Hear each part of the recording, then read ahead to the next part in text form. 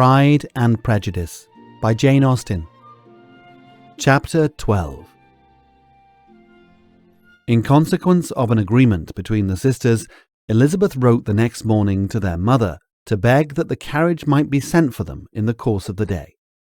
But Mrs. Bennet, who had calculated on her daughters remaining at Netherfield till the following Tuesday, which would exactly finish Jane's week, could not bring herself to receive them with pleasure before. Her answer, therefore, was not propitious, at least not to Elizabeth's wishes, for she was impatient to get home. Mrs. Bennet sent them word that they could not possibly have the carriage before Tuesday, and in her postscript it was added that if Mr. Bingley and his sister pressed them to stay longer, she could spare them very well.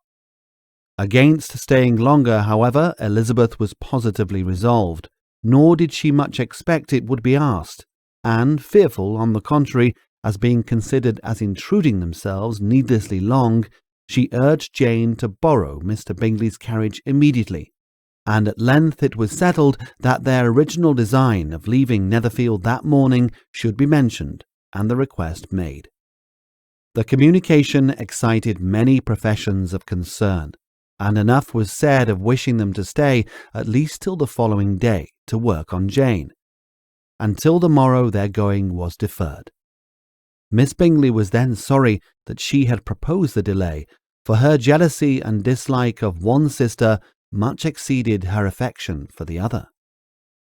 The master of the house heard with real sorrow that they were to go so soon, and repeatedly tried to persuade Miss Bennet that it would not be safe for her, that she was not enough recovered. But Jane was firm where she felt herself to be right.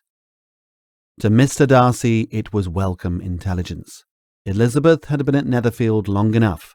She attracted him more than he liked, and Miss Bingley was uncivil to her and more teasing than usual to himself. He wisely resolved to be particularly careful that no sign of admiration should now escape him, nothing that could elevate her with the hope of influencing his felicity.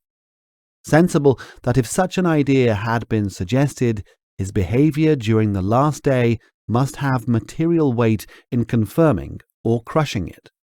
Steady to his purpose, he scarcely spoke 10 words to her through the whole of Saturday, and though they were at one time left by themselves for half an hour, he adhered most conscientiously to his book and would not even look at her.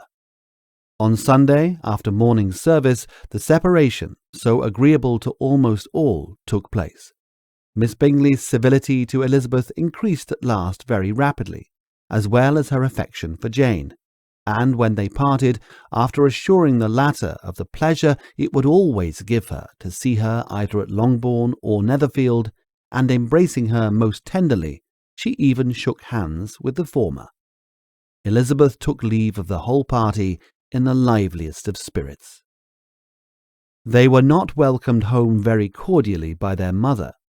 Mrs. Bennet wondered at their coming, and thought them very wrong to give so much trouble, and was sure Jane would have caught cold again. But their father, though very laconic in his expressions of pleasure, was really glad to see them. He had felt their importance in the family circle. The evening conversation, when they were all assembled, had lost much of its animation, and almost all of its sense, by the absence of Jane and Elizabeth.